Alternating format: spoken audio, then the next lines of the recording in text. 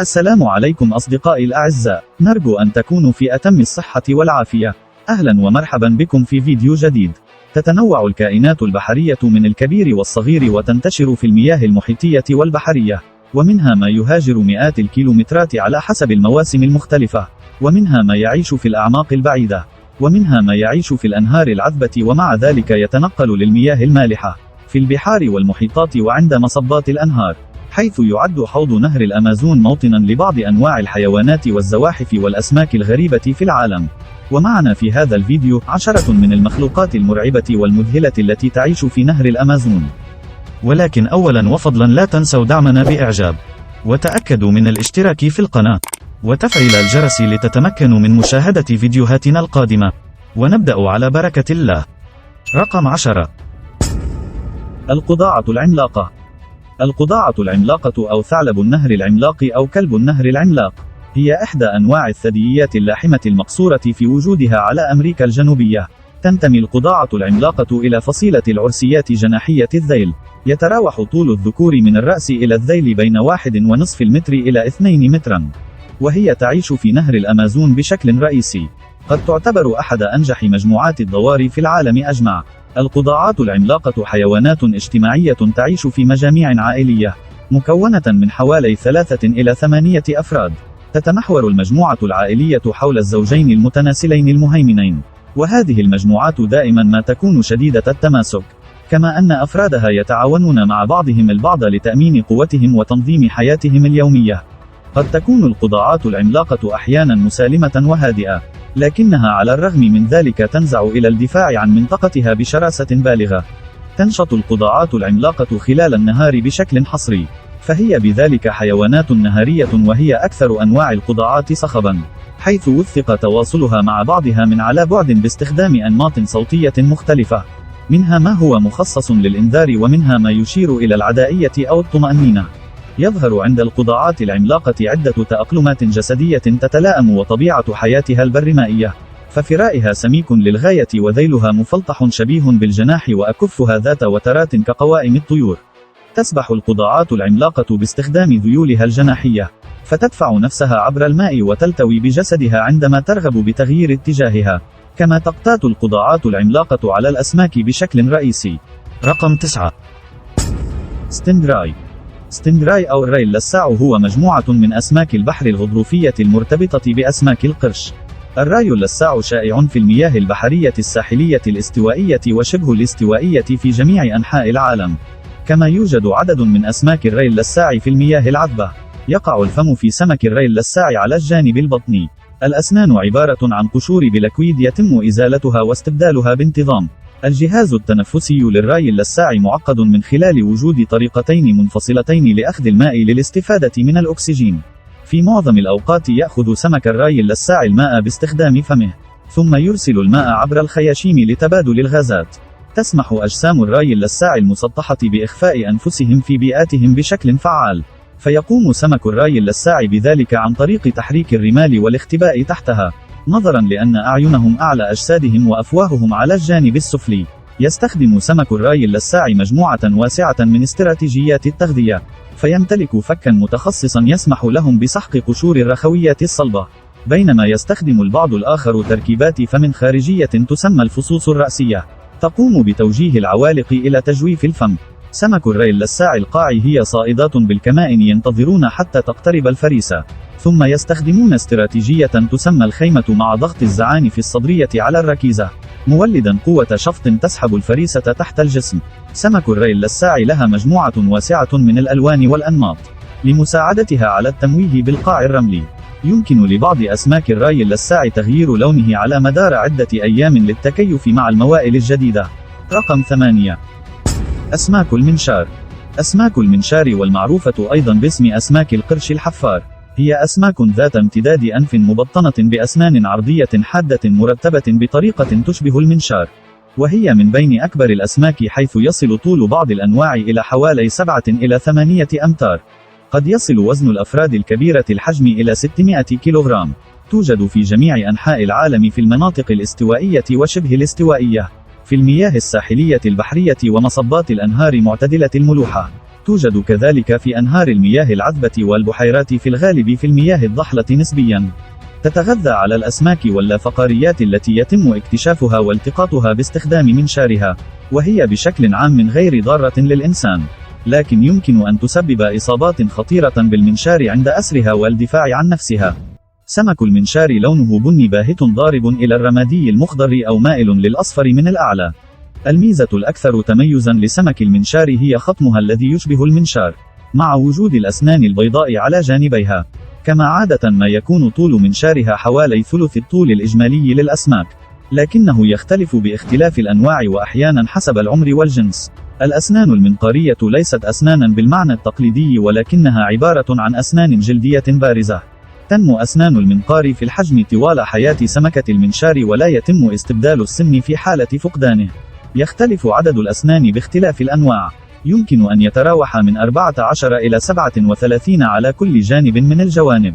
رقم 7. تمساح الكيمن الأسود. تمساح الكيمن الأسود هو نوع من التماسيح الكبيرة إلى جانب التمساح الأمريكي، فهو من الزواحف آكلة اللحوم التي تعيش على طول الأنهار والبحيرات بطيئة الحركة. كما يوجد في السافانا التي تغمرها الفيضانات موسميا في حوض الأمازون، وفي موائل المياه العذبة الأخرى في أمريكا الجنوبية. قد يصل طوله من 5 إلى 6 أمتار، مما يجعله رابع أكبر زواحف في العالم المداري الجديد خلف التمساح الأمريكي. تمساح الكيمن الأسود له لون غامق في أغلب الأفراد، يمكن أن يظهر اللون الداكن باللون الأسود تقريبا، كما أنها لديها شريط رمادي على الفك السفلي. كما أن الرأس كبير وثقيل، وهو ميزة في اصطياد الفريسة الأكبر. تماسيح الكيمن لها فكوك كبيرة وذيول طويلة، ولديهم جلد سميك ومتقشر. كما توجد عيونهم وأنوفهم على قمم رؤوسهم، وهذا يمكنهم من الرؤية والتنفس بينما تكون بقية أجسادهم تحت الماء. يعتبر الكيمن الأسود أكبر حيوان مفترس في النظام البيئي للأمازون، حيث يتغذى على مجموعة متنوعة من الأسماك والزواحف والطيور والثدييات، حيث يلعب دورا مهما في الحفاظ على بنية النظام البيئي. الكيمن الأسود ذو بشرة داكنة متقشرة، ويساعد لون الجلد في التمويه أثناء عمليات الصيد الليلية، كما قد يساعد أيضا في امتصاص الحرارة. يحتوي الفك السفلي على شرائط رمادية، كما توجد شرائط صفراء أو بيضاء باهتة عبر جوانب الجسم. رقم 6. ثعبان البحر الكهربائي. ثعبان السمك الكهربائي هو سمكة كهربائية من أمريكا الجنوبية، تم تصنيفها على أنها النوع الوحيد في جنسها. بالرغم من الاسم فهو ليس ثعبانا، لكنه سمكة في المياه العذبة يحتوي على نسيج كهربائي ينتج ذبذبات كهربائية. ثعبان السمك الكهربائي لا يرتبط ارتباطا وثيقا بالأنقليس الحقيقي، لكنه عضو في رتبة الأسماك المدارية الحديثة، والتي ترتبط ارتباطا وثيقا بسمك السلور. يمتلك ثعبان السمك الكهربائي جسما أسطوانيا ممدودا، عادة ما يصل طوله إلى حوالي 2 مترا ووزنه 30 كيلوغراما. لونه بني رمادي غامق على الظهر، وأصفر أو برتقالي على البطن، والفم مربع ويوجد في نهاية الخطم. تمتد الزعنفة الشرجية بطول الجسم حتى طرف الذيل. يحتوي ثعبان البحر الكهربائي على جهاز تنفسي لتبادل الغازات، فيجب أن ترتفع الثعابين الكهربائية إلى السطح كل 10 دقائق أو نحو ذلك، لتستنشق من الهواء قبل أن تعود إلى القاع. يتم الحصول على ما يقرب من 80% من الأكسجين الذي تستخدمه هذه الأسماك بهذه الطريقة. يحتوي ثعبان السمك الكهربائي على 3 أزواج من أعضاء البطن التي تنتج الكهرباء.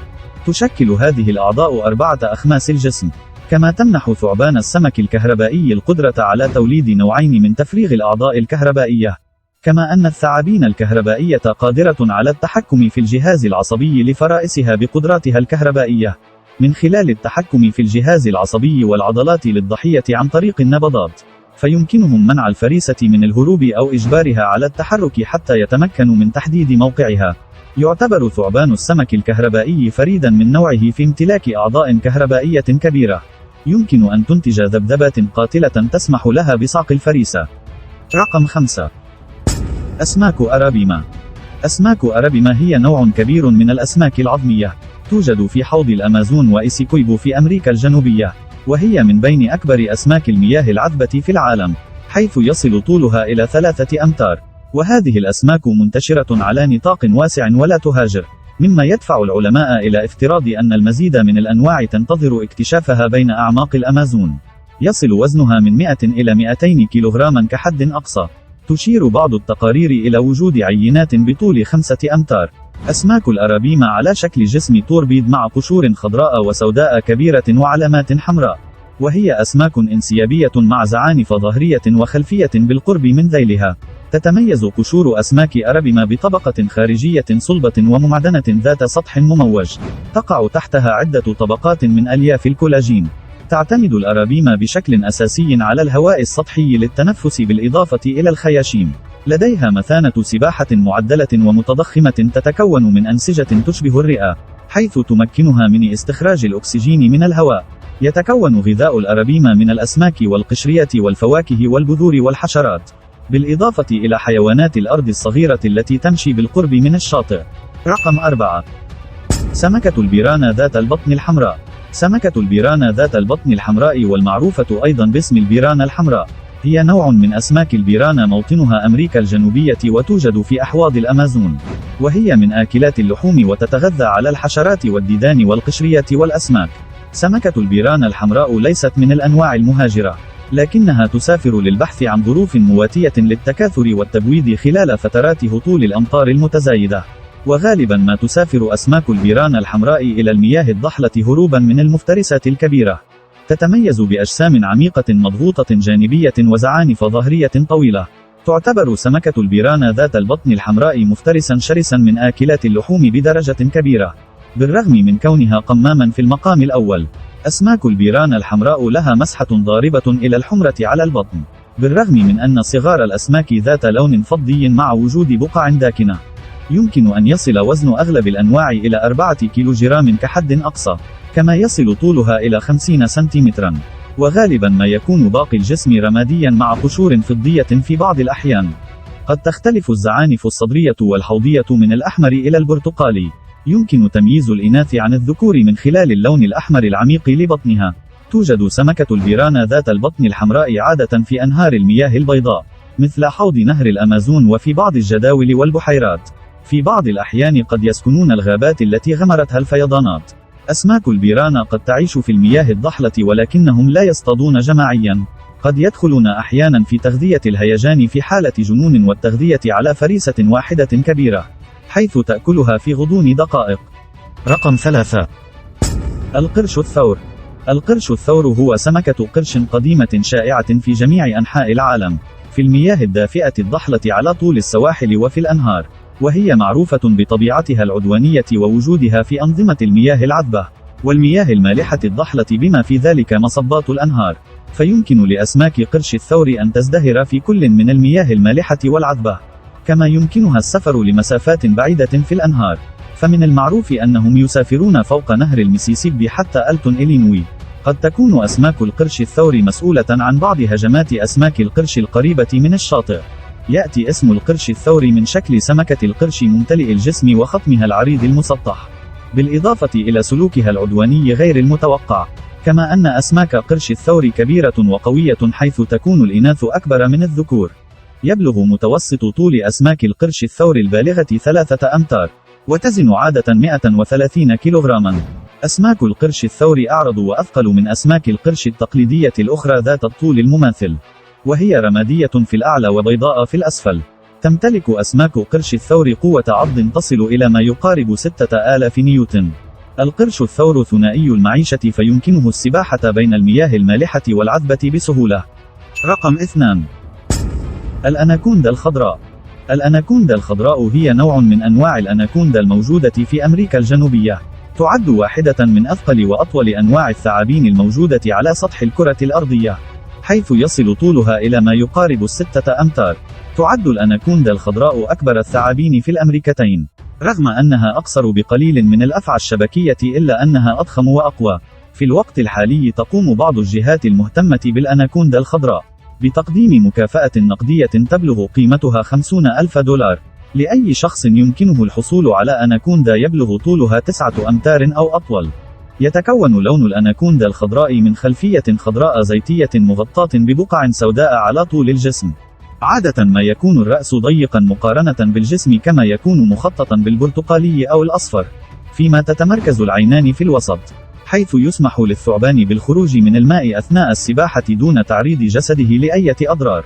تعيش الأناكوندا الخضراء في المستنقعات والجداول، كما لها حضور في الغابات الاستوائية المطيرة في الأمازون وأورينوكو.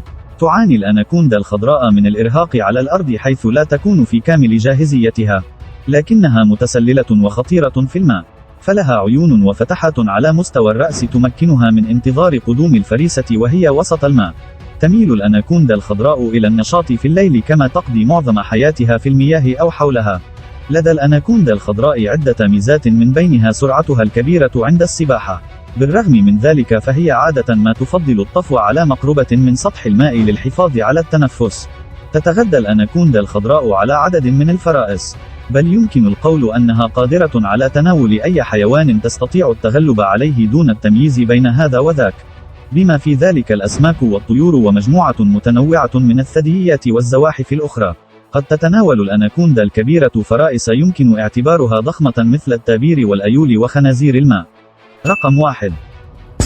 سلحفاة ماتا ماتا. سلحفاة ماتا ماتا أو ماتا تشيلوس هي سلحفاة المياه العذبة. توجد بشكل أساسي في حوض الأمازون وأورينوكو. ماتا ماتا هي سلحفاة كبيرة مستقرة برأس كبير مثلثي ومسطح، به العديد من الدرنات الجلدية وقرن على خطمها الطويل والأنبوبي. توجد 3 حواف على الذقن و4 شرائط خيطية إضافية في الفك العلوي. يمكن أن يصل قياس درع ماتا ماتا البني أو الأسود المستطيل إلى 45 سنتيمترا. يبلغ الوزن الكامل للبالغين 15 كيلوغراما.